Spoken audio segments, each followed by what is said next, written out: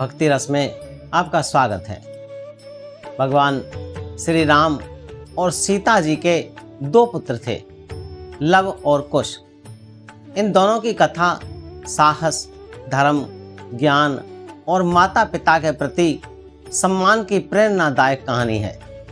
जब अयोध्या में कुछ लोगों ने माता सीता की पवित्रता पर प्रश्न उठाए, तब राजा राम ने राजधर्म का पालन करते हुए गर्भवती सीता जी को वन में भेज दिया। वन में महर्षि वाल्मीकि के आश्रम में माता सीता ने दो पुत्रों को जन्म दिया। महर्षि वाल्मीकि ने उनका नाम लव और कुश रखा तथा उनका पालन पोषण किया। लव और कुश बचपन से ही बहुत बुद्धिमान और वीर धर्मपरायण थे। महर्षि वाल्मीकि ने उन्हें वेद, शास्त्र, धनुर्विद्या और युद्ध कला की शिक्षा दी। साथ ही उन्होंने दोनों बालकों को रामायण जी का ज्ञान भी कराया। लवकुश मधुर स्वर में रामायण जी का गायन करते थे, जिसे सुनकर सभी लोग मंत्र मुग्ध हो जाते थे। कुछ वर्षों बाद श्री राम जी ने अश्वमेध यज्ञ का आयोजन किया। यज्ञ के नियम के अनुसार एक घोड़ा छोड़ा गया जो विभिन्न राज्यों में घूमता था। यदि कोई राजा उस घोड़े को रोक लेता तो उसे अयोध्या की सेना से युद्ध करना पड़ता था।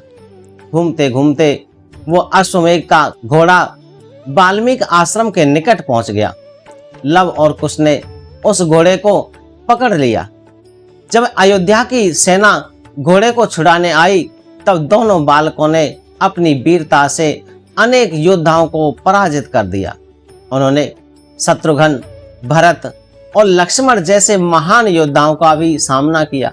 अंत में स्वयं भगवान श्री राम युद्ध भूमि में पहुंचे। राम ने जब उन दोनों बालकों का साहस और तेज देखा तो वे आश्चर्यचकित हो गए।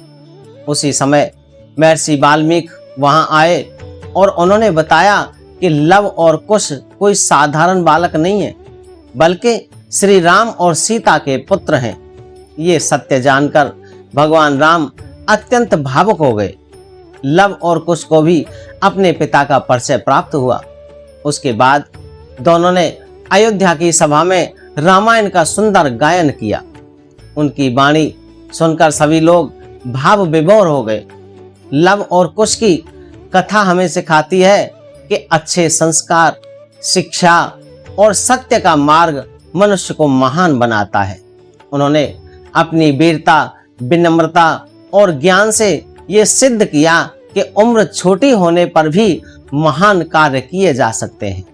उनकी जीवन गाथा आज भी बच्चों और युवाओं के लिए प्रेरणा का स्रोत है।